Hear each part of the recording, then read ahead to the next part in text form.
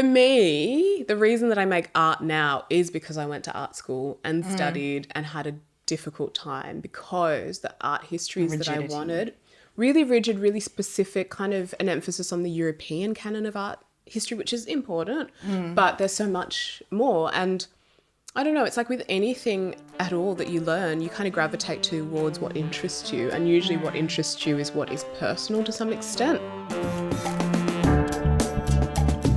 Hi, I'm Olivia Cummings, and on this podcast, I'd like to introduce you to the people who inspire me in my life and work as a jeweller, designer, and the founder of Cleopatra's Bling.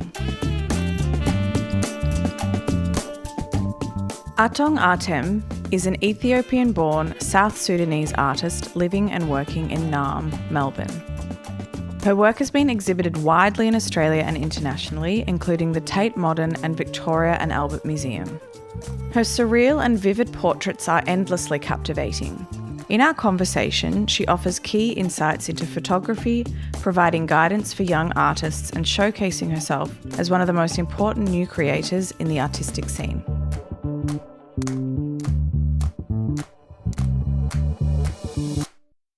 Cleopatra's Bling acknowledges the Wurundjeri people as the traditional custodians of the country where we work and their continuing connections to land, waters and culture.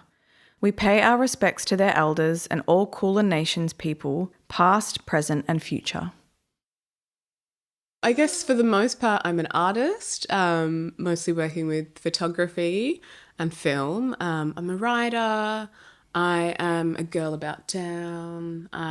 You almost rode your bike here. Almost rode my bike because I'm a girl about town.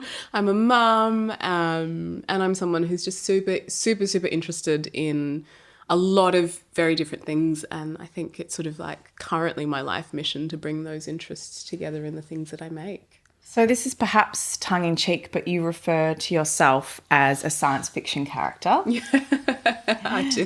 Can you elaborate and tell us a little bit about why you call yourself that? Well, two reasons. One, the really boring kind of practical reason is when I decided it was more practical for my Instagram account to be a business account.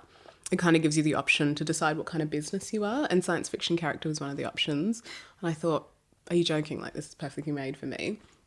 The second, more like holistic reason, I suppose, is that my relationship to art making is totally informed by science fiction as a genre, and the aesthetics of science fiction, also the tools in science fiction storytelling that I think apply to the way that we can, analyse the world at large. But I've also found myself really attracted to and drawn to science fiction film, television, literature, all kinds of stuff. Because I do think that those spaces that allow you to create from, not necessarily from scratch, but to invent, universes and worlds and whatever. I think they're the spaces that give us a lot of space as consumers of like media to really understand the world and how we see it and our place in it. So for me, it's like the way that we talk about literal aliens maybe reflects issues of maybe xenophobia or whatever. And obviously racism is like a big trope in science fiction. And my work doesn't ignore the realities of those things. It looks to maybe discuss it through the lens of science fiction though. So I'm a science fiction character, whether I like it or not. I love how you've put those two elements together. Thank you. So you've been influenced by contemporary African photographers. You've chosen to work primarily within the stage setting of the studio. Can you tell us a little bit about your studio photography practice? Absolutely. Yeah, I think the reason that those contemporary African photographers have been such an influence on me is that they represent like a really important moment in history, and that I'm like obsessed with, and that is that time when people who were colonised took the camera, which was a tool that was used to control and define us, and we use that tool to reflect our own experiences, our own worlds and our own lives. And artists like Malik Sidibe, Seydou Keita, Philip Kwame Apagya, there's so many of them, mostly men, interestingly, but they're not exclusively. And I just found it such a profound moment in history, like what happens when the oppressed take the tools of the oppressor and use them for ourselves. What happens when we decide to define ourselves for ourselves? What happens when we write our own histories, essentially? And because photography is so historically seen as this like tool of truth, Yeah. nothing but the truth. It's got such a power to it. Can't lie. Can't lie, right? But my relationship to it and why I do kind of stage stuff is I think it's about acknowledging that regardless of how much or how little you influence what you're photographing, there is never a photograph that hasn't been manipulated in some way by the photographer. So if you're taking like a documentary photo and it's just, you're just snapping what you see, you're still controlling the light, whether it's film or whether it, I guess film or digital now, but whether it's color or black and white, you know, what's in the frame, what's not in the frame, what's in focus, what's not in focus. Like all of these little subconscious actions that we take when we're photographing are us imprinting our own values onto the image that we create. And so I love the idea that with studio photography, you can really take that to an extreme, you know? You can choose what's the background, you know, what's the foreground. Like every element is completely within your control. And so then the relationship is between how you, as the god of your own little universe, decide what's beautiful, what's worth being in the frame or not. And it becomes really kind of, not to be too much of a wanker about it, but it becomes a more philosophical act, I think, than assuming that you have no control whatsoever. And I just find it so much fun.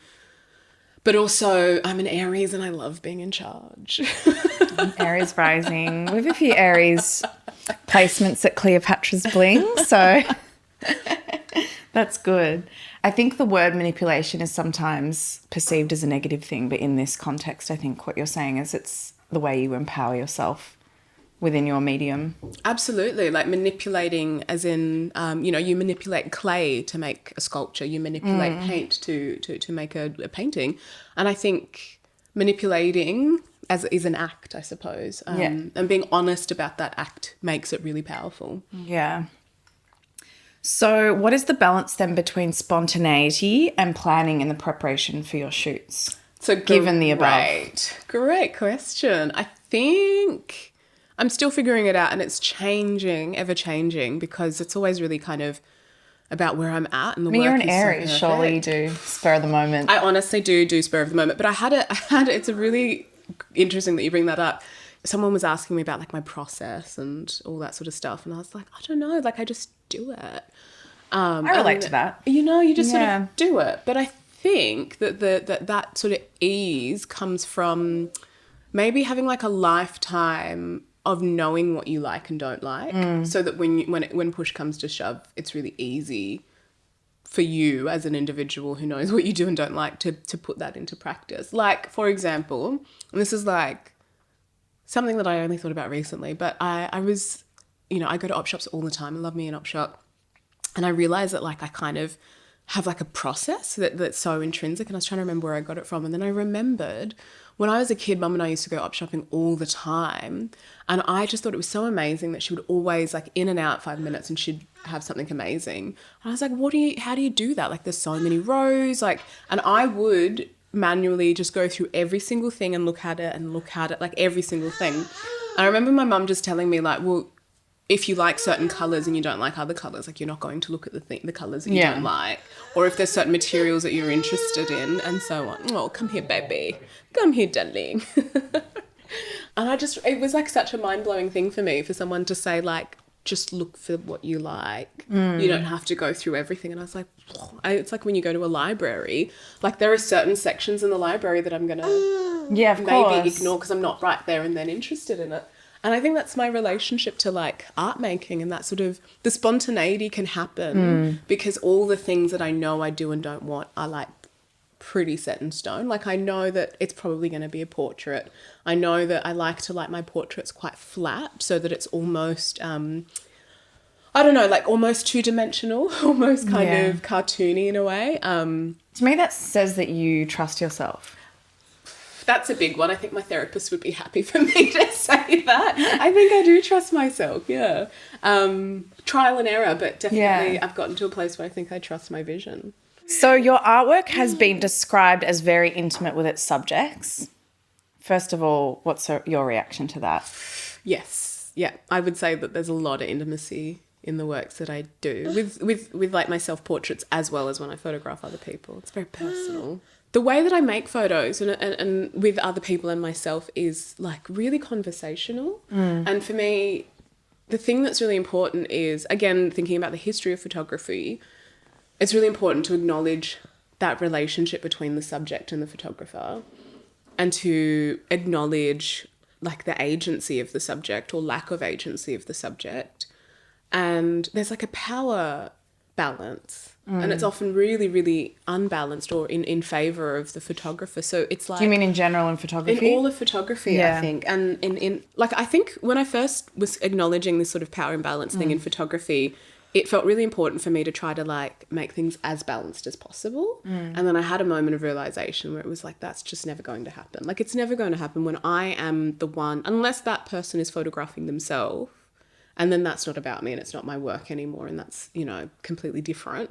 But if I want to photograph someone, there will always be, the balance will always be kind of in my favor, or the power anyway. So how do we dance with that? Like, how do we reckon with it? And it's about being honest about that, about acknowledging it, and then asking the subject to contribute as much or as little as they want to. So like, how do you want to be photographed? You know, what do you not feel comfortable with? But also like, I want to do this. How does that feel? And I think a lot of photographers, especially through with commercial experience, maybe don't love that for very, very valid reasons. They probably have their KPIs as well of what they're trying to achieve, which is it's not... a long experience. Yeah, it's not about necessarily the agency of the subject. No, it's about achieving a result that you have in your mind. But, you know, a person is real. It's like, you know, with beautiful little Sesame here, in the mornings, it's like, okay, this is what I want the day to be like. But he's going to be like, you know what, Mum? I just want to step in mud all day. And it kind of doesn't matter that I wanted to go to the library. It's like, well, that's what we're doing now. And I guess that's how I approach photography. Because I suppose for me, the act of photographing is just as, if not more important than the final image. So there's a little bit less pressure from me, I guess, to achieve a certain result. And that's probably where the intimacy comes in. It's like, we're doing this performance together, and it's about, you know, who's witnessing the performance. It's you and me. And that's the only audience that matters. So how do we want to perform, you know? Yeah. It's interesting. It feels like a more feminine approach. Yeah. It's definitely soft, for sure. It's a soft approach. And of course, being a jewellery designer, I notice your jewellery and the jewellery you feature in your work. Yeah. I'd love to talk about the role that jewellery plays in your life personally. Absolutely. Yeah. Say hi. Charmer. Hi. I think you're satisfied. Happy baby. What? That's... No. Catch. No. Is that good? No. That was amazing. You've got such great mum I'm training. skills, yeah. Do you wanna go back? Yeah? Maybe go play with the You can sit with me lemons? if it's easier, so he's close to you. Yeah, let's see if he will be gentle with you in the middle there. He's like, no. New friend. Yeah.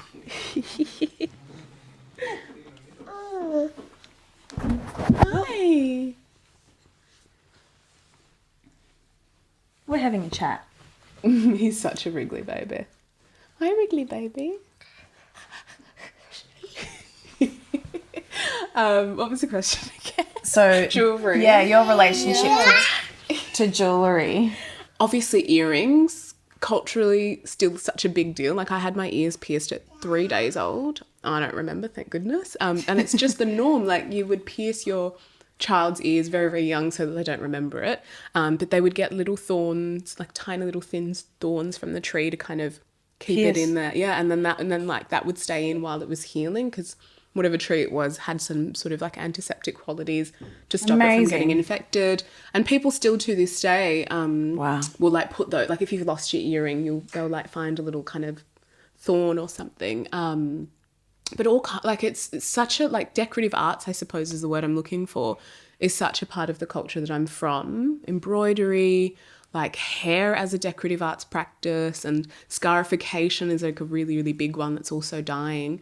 But these like beautifying objects, I suppose, are such an important part of my culture that is just so inaccessible, and that like really upsets me. I wish I was wearing it today. I should have worn it, but we have this beautiful beaded necklace that we wear called a majok necklace, or gwet. Gwet means beads, and it's just a simple row of black and white beads, and then there's central red beads, and that's kind of it. But it's just a symbol of who you are and where you're from.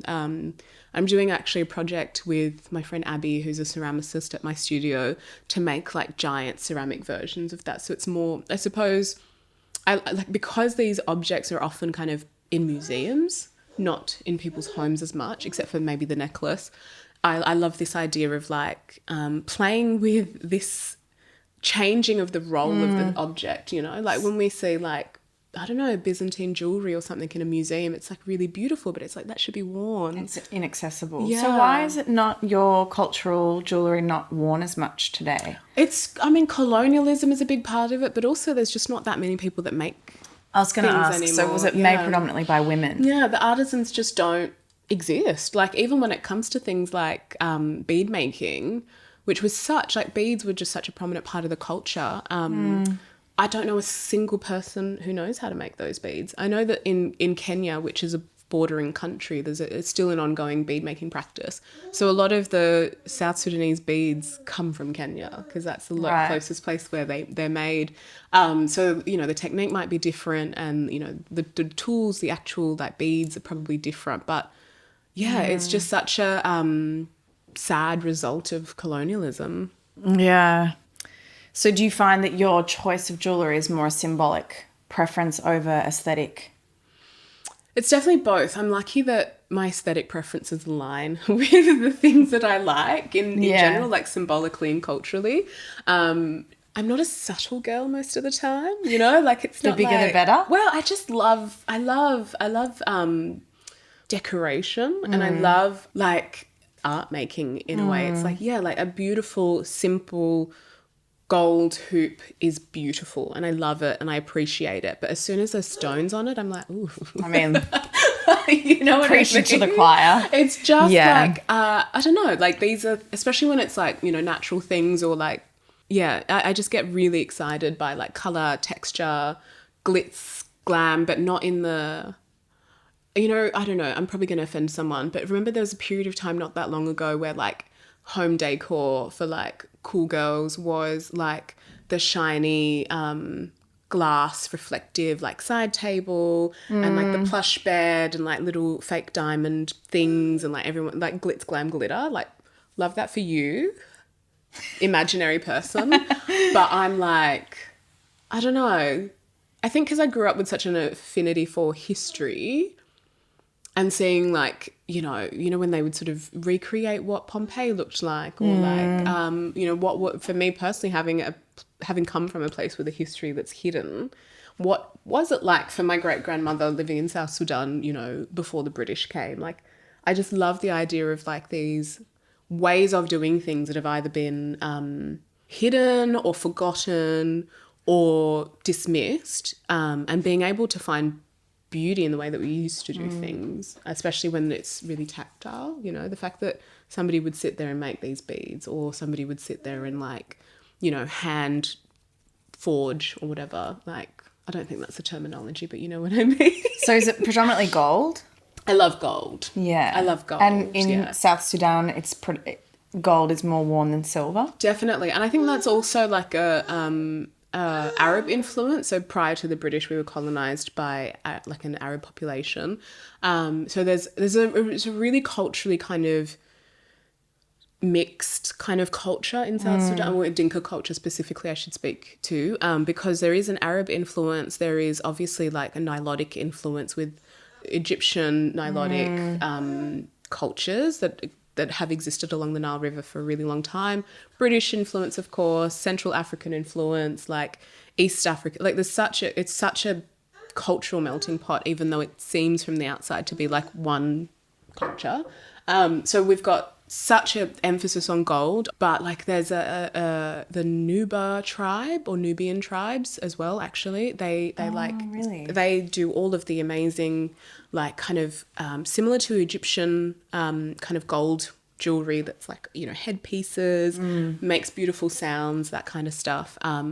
So when we get married in like a traditional Dinka wedding now, we have what we call a henna party. And it's henna, literally like decorating henna. Oh, like in Islamic countries. Absolutely. So we do that, and then the jewelry and the gold and the headwear and all of that is all kind of very similar to like northern Sudanese, North African Amazing. stuff. And it's, it's just such an interesting It's almost a example Moroccan. Absolutely. Like it's very North African influence. Maghreb. Yeah. It's beautiful. I did an artwork recently, like a video work that had a film and scene in the end of it that was that sort of henna scene, the way that we do it in Dinka culture. Did you do that? I eloped. I have got too many family members to afford the wedding I wanted. Yet to leave. Yeah. So it strikes me that your work seems in many ways to be playing with various fairly rigid art historical forms. How do you see yourself working with and subverting this visual language of art history? For me, the reason that I make art now is because I went to art school and studied and had a difficult time, because the art histories that I wanted, really rigid, really specific, kind of an emphasis on the European canon of art history, which is important, but there's so much more. And I don't know, it's like with anything at all that you learn, you kind of gravitate towards what interests you, and usually what interests you is what is personal to some extent, or what touches on something personal. And so I was really influenced by, I remember reading early on in art history, reading Orientalism by Edward Said, and I was like, the world is a world. And then I came across like heaps and heaps of really interesting, mostly like philosophers and like just really smart people. Also a lot of queer history and queer philosophy. I made a post recently, and when I re-emerged onto Instagram, I'm probably going to delete again because, oh my God, it's a lot. Talking about and acknowledging that I studied, I did performance studies as a major, and in that I learned about Jack Halberstam, who had a really incredible book, or lots of really incredible books on like queer theory, and was like one of the leaders of like queer theory, and Judith Butler, who was one of the leaders of, I think she may have kind of come up with the idea of performance theory, like performing identity performance, queer performance, gender performance, all that sort of stuff. And all of that stuff, when you're 19 years old and you've just finished primary school, high school, you're like a sponge. So you're like, all right, gender performance, queer theory, Orientalism, colonialism, blah, blah, blah, blah, blah, a dash of mental illness, and then you stir it all together and you have a perspective on the world that you really want validated, or at least to find it, reflected somewhere. And for me, that was reflected in European art history, but through the lens of acknowledging where European art history, affected the rest of the world. So for example, when we talk about like a lot of really celebrated paintings so one of my favourite painters growing up was Modigliani. One of his paintings, it was called something or other odalisque. I can't quite remember exactly. And I was like, oh, that's a really interesting term. And then looking it up, and I'm like, oh, this describes this particular kind of painting that I love, which are those gorgeous paintings of like a reclining nude woman. And there's like a bunch of beautiful, fabrics or fruit, or just like really rich textural things around her. And then often in these like European paintings of beautiful, very pale, often naked women, there would be like someone hidden in the shadows that's like bringing her a vase of something, or bringing her food, or like waiting. Plate of grapes. A plate of grapes. Maybe she's being fanned by this person hidden in the shadow. And 90% of the time, that person would have dark skin. And it was a really interesting time to be learning about that whilst also reading Orientalism, because it kind of spoke to, like, I was like, oh, this is what that is. This is Orientalism, this idea of like fetishizing the East or fetishizing the other and creating this like exoticized version of what you imagine that place to be that, you know, dehumanizes the real people that live in these places and flattens the culture and flattens the aesthetics in order to make it palatable and easily consumable for European audiences. And I was like, oh my God, I'm 19 and I love these beautiful naked women paintings, but now I know that there's so much more to it than, you know, what I'm seeing. And it's really validating because I was always wondering why the, you know, the black women or the brown women in the shadows, the way that European art history and the aesthetics of European art history have influenced my aesthetics and my aesthetic leanings and choices, but where that initially comes from so that I can sort of acknowledge my place in the world and acknowledge where my ideas come from, but also without like dismissing the fact that sometimes those aesthetics are beautiful, you know, but it's like, are they beautiful in a vacuum? No, they're beautiful because they're doing like a parody of something that's real, that's even more beautiful. I recently, just as an aside, watched finally The Colour of Pomegranates, and I was like, oh my God, like everything has been influenced by this. But yeah, I can't remember the exact question that you're asking, but I think my relationship to art history isn't so much about like saying, you know, this particular art history that I was force-fed is bad and everything else is good. It's more about saying like history, you know, as we all know, is written by the victors. It's written from the perspective of those who won, and for there to be winners, there's losers, and then the losers have their history told from the outside's perspective in a way to reinforce the necessity for the winners to win. So, you know, to make it easy from the perspective of a South Sudanese person, our history is written by the British because they conquered us, and even though we're independent now, we're still suffering the results of that colonial conquer. That means that my relationship to South Sudan, for the most part, has been informed by a British perspective, even though I am from there. You know, my parents are from there. So I have to kind of really learn the history that I've been taught and then really learn the real history in order to kind of understand my preferences and understand my interests and understand my perspective. If you think about going to school in Australia, you really miss a lot of the detail in what is taught to us until much later. Absolutely. And then you process your education. So it's quite a lot to ask of a child. Yeah. When you think of even like, you know, our history, which is a very dark history, the way it's taught to us. I mean, later it's sort of, even now I'll have moments where I'm like, oh my gosh, okay, I get what they've told us versus what's actually true.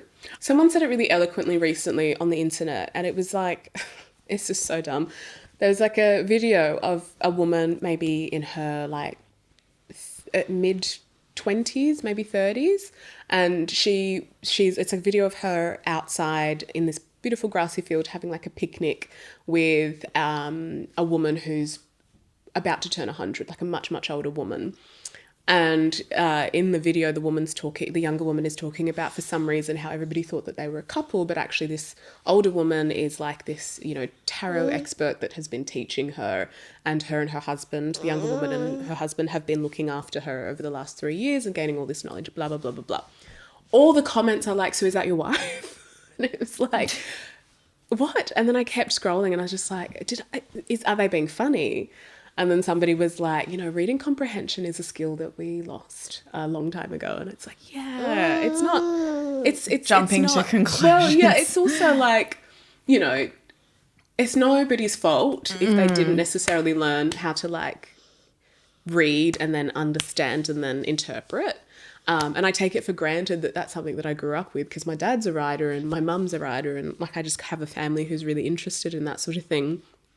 But it is like such a blessing in one's own life to be able to like take in information and be critical about it, like critically analyze, like, okay, this person said this and it sounds good, but just because it sounds good doesn't mean it necessarily is. But even if it is good and true, it's like, how do I feel about it? Outside photography, what are your main sources of art mediums that inspire you? Oh, good question. And jewellery, we've touched on jewellery. Yeah, I love film so much. I'm on, so I stopped using Instagram for a while just because I was like so distracted and I needed to have like 100% attention on my beautiful baby. So I stopped for a few months and I was like, I need something. So I got Letterboxd, and I've been loving being on like a film community with all these like absolute genius film fans. So it's been really nice. Art. I am so obsessed with people who know a lot about film. I think that they are unsung heroes. So I love watching film reviews and just like watching people be really passionate about something. And painting, of course, because I studied that initially and want to kind of get back into it. And fashion. So like film, I guess jewelry for me is strongly in the realm of fashion. But like I think because of the photography I do, there's so much like kind of costuming involved in it. And that's a really fun part of it for me. It's like I sort of, come up with these characters and perform them through costume and through jewelry and through makeup and accessories. So yeah, that's the stuff that like actually interests me day to day. Amazing.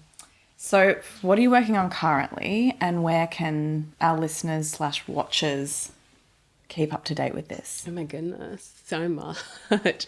I'm doing heaps. I'm making a new series of works, textile-based works that will be shown at Sydney Contemporary Art Fair in September, which I'm really excited about. Congrats. Thank you. And then I'm going to the UK, London and Amsterdam, and visiting family in Denmark in September, but I'll be showing work at Unseen Amsterdam, which is a photo fair, which I'm really excited about. I went there once in 2016 and it was amazing. So I'm really excited to be back. And I don't know, there's a lot coming up that is just like, shit's busy, mostly raising this little cutie. But yeah, constantly working on stuff. And I'm back on Instagram. Okay. So your handle is? Yeah, it's at Atong. Okay, great. So I'm sure that this will inspire people to look up, whoever doesn't know you, I'm sure they already do, to look up your beautiful work. There's a lot to see. There's been a big pause, but she's back. She's back. Well, thank you for sharing part of your morning with us. You too. Thank you. And we'll stay in touch. Thank you so much. Thanks for hanging out with us. Say hi. Oh. This was the Cleopatra's Bling podcast with me, Olivia Cummings. Next time, the research nowadays that's behind Chinese medicine kind of comes from those old texts, but they take, the good parts and actually apply it to a clinical setting.